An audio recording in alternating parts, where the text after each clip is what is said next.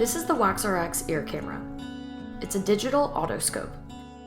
The camera comes Wi-Fi enabled with a high definition camera. First, I start by taking the cap off, and then I put on the safety cone.